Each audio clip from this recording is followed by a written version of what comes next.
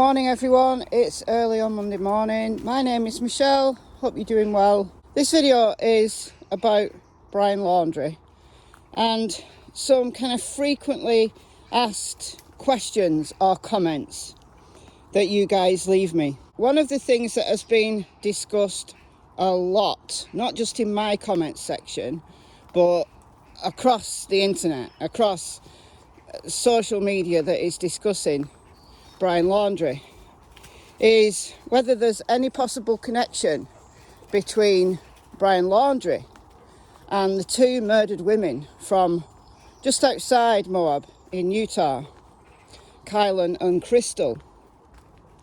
Now these women were married and they were camping just outside of Moab. Kylen was working at the Moonflower, which is the place where Gabby and Brian had been on the 12th of August. And it was at the Moonflower where the argument had broken out. Gabby was working there, presumably using the Wi-Fi, working on her social media. She wanted to build up her social media profile.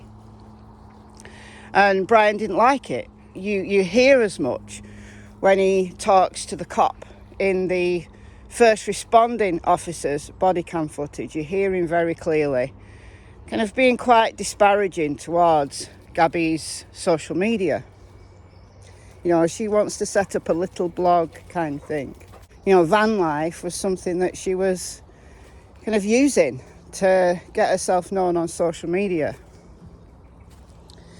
So Kylen was working there. Now the police at Moab said that there's no connection between Brian Laundrie and Gabby Petito at that time, in those very early stages. Gabby was still missing.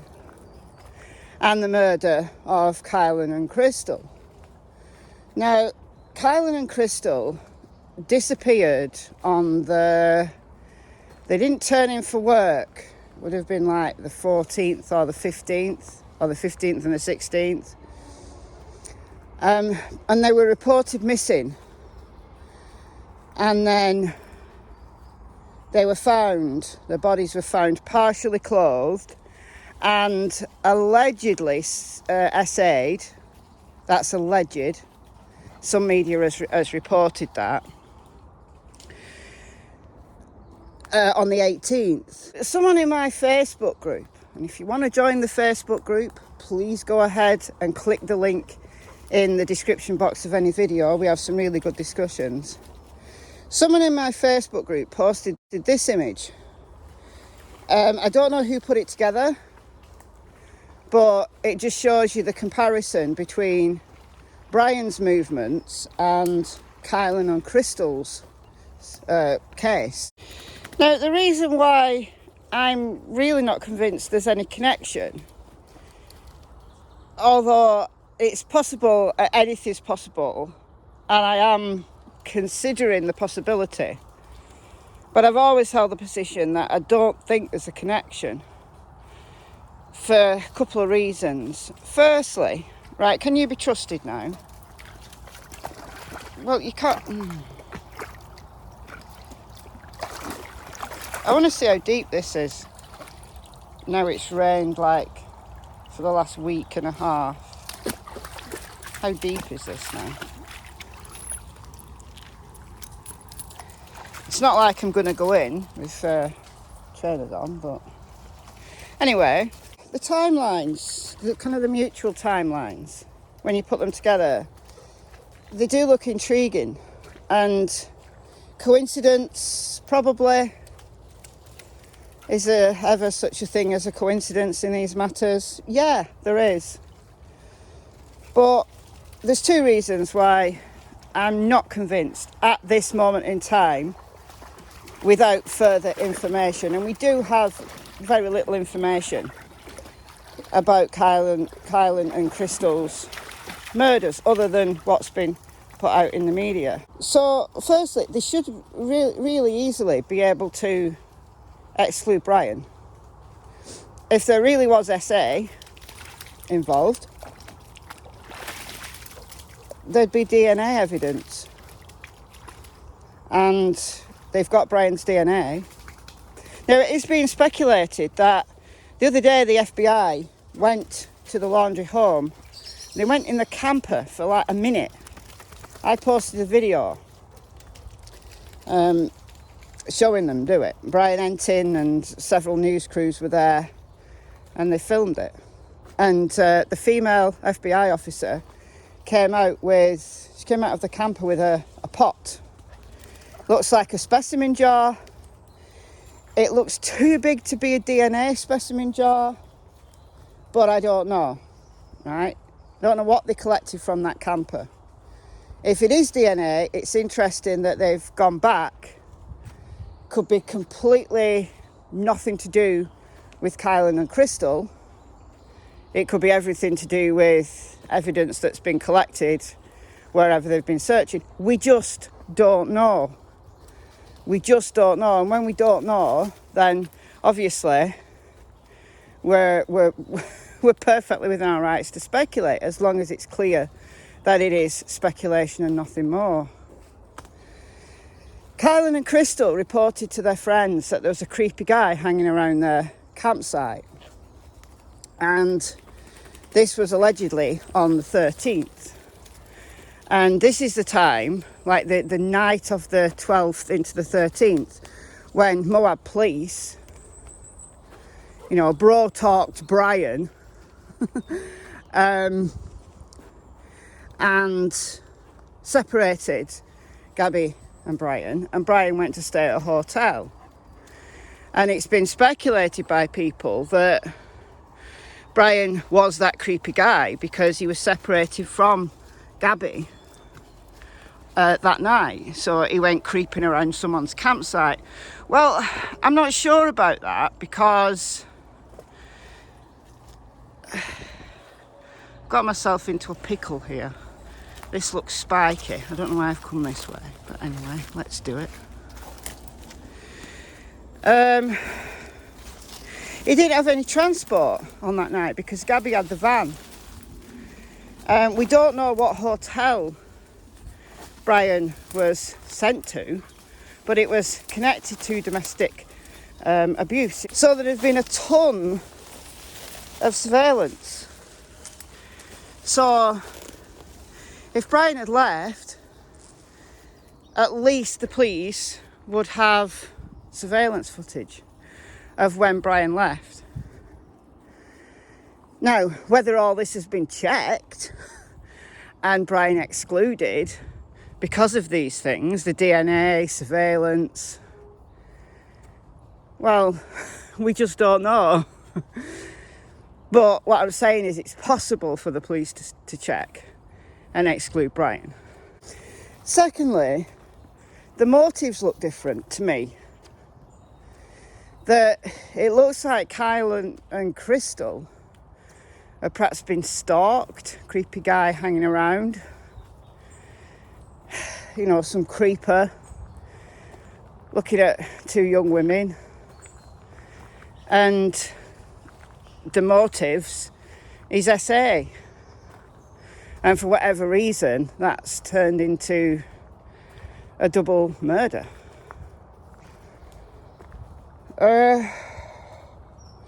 That doesn't fit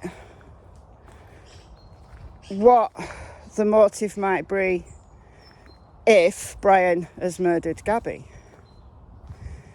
Because, well, at least what we're all assuming is that Brian's motive for murdering Gabby, if he did, we still don't know if he did, the motive there is one of domestic abuse. It's a domestic that has got worse and worse and worse, perhaps over time. I talked about this yesterday, that inadvertently that police stop on the 12th of August where they took Brian's side, bro talked him. Shut up, you. Do not go back. Do not go back. Go on. Go on. Go on. Go on. I posted the cam footage of the first responding cop broad talking Brian on the way to the hotel. And yes, it's a method of de-escalation. It's a method of, you know, keeping Brian calm. I think the cop said too much about his wife. But I posted that for a reason. That this friendliness that the cops had has empowered him. Inadvertently, it's empowered him. And it's depowered Gabby. So for me, what the end result was domestic abuse that has got so severe that Brian has snapped, and unfortunately, if he did, murdered her. If he did. All alleged at this current time. So the motives feel very different to me. They do. But still, I'm open to the possibility. You know, unless we get a definitive statement from the police highlighting that Kylen and Crystal's murder had nothing to do with Brian because it had all checked out and blah, blah, blah. But we're not going to get that. We're not going to get that yet. It's an open investigation. Both Kylen and Crystal's murders and Gabby's homicide are open and very new investigations. If there are connections, the police are going to keep that very, very close to the chest, at least for the present time. Although, if they are gathering that evidence, it begs the question, if they have got the evidence, are they going to issue an arrest warrant for Brian as a murderer, as a potential murderer? Well, then that opens the question as to what's with this arrest warrant. And a lot of people talk about this, that they've got the federal arrest warrant for Brian on credit card fraud, but why haven't they issued an arrest warrant for Gabby's homicide? They will have the cause of death now. They'll be waiting on some reports. They'll still probably be waiting on toxicology.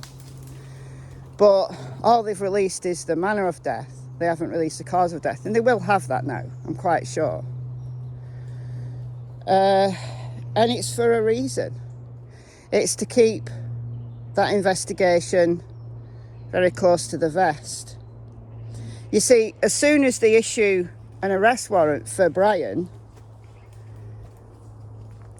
they've then got to start sharing information with Brian's defence team. And we know that the parents have lawyered up. They've lawyered up straight away. So the police have got no wriggle room, right? They can take Brian when they find him in for questioning. They can arrest him because they've got him on that arrest warrant anyway. But then they have to play this very close to the vest until they find him. And at this moment in time, issuing an arrest warrant now for Brian as the offender of Gabby's homicide would start that clock ticking, in that they'd then have to share everything they collected with Brian's defence. So I can see why they're holding all that information in. And of course, while Brian is missing, they're not going to release anything because Brian might be watching. They're not going to release anything. Right, lawyer or no lawyer, they're not. And possibly it's the same with Kylen and Crystal, that it's a very open investigation. And even if there's no links between Brian and their murder, they've got to play it very carefully. They do. Finally, before I sign off, while we're on the topic of arrest warrants, people are constantly talking about, why don't they arrest the parents? Brian's parents, they're as guilty as anything. You know, they lawyered up straight away. They know exactly what's going on. And I believe they do. I believe that they've been in communication with Brian since he's been missing. They reported him missing on the 17th of September. And they'd last seen him on the 14th, allegedly. And then they thought he might harm himself, but they spent 3 days. And they picked up his Mustang on the Wednesday. Come on. They don't look like parents who, they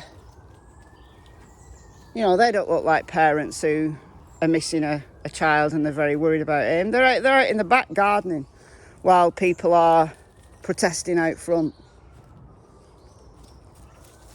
They've got complete poker faces. They really do. You know, when they're spotted, they give nothing away. But why can't they be arrested? But because at the moment there's no evidence that they've done anything. When Brian went missing, there was no arrest warrant on him. So even if they'd helped him escape at that time, he wasn't wanted for anything. It's the police's fault for letting him slip through their fingers, because he should have been under surveillance. But the parents haven't committed a crime. Because the parents have committed no crime, I'm not aware that they've had their phones taken. I'm not aware that they have, checking.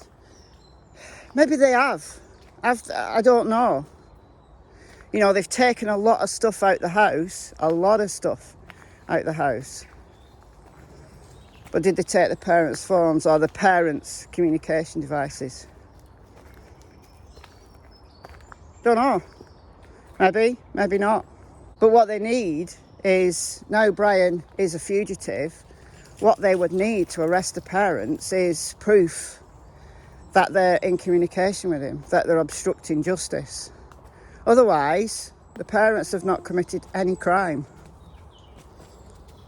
So, and again, if they do have evidence that the parents have committed a crime, the parents are just sitting there. The parents can't go anywhere now because, if they go out for a gallon of milk, they get photographed. So essentially, those parents are under house arrest, essentially. House arrest by the media. But if they do have evidence against the parents, in the same way that if they've got evidence that Brian was involved in Kylen Crystal's murder, they've got time to sit on that and build a case. Because the minute they arrest them, the clock's ticking. The defence has to have all of that information as well. Those are just my thoughts, right? They're my speculations, they're my thoughts, they're my opinions only, because we just don't know.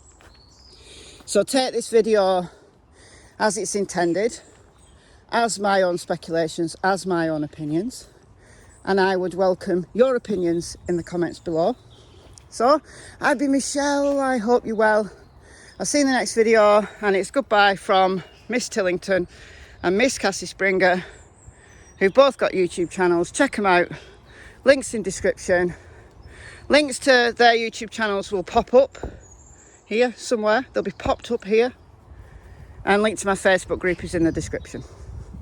Bye for now.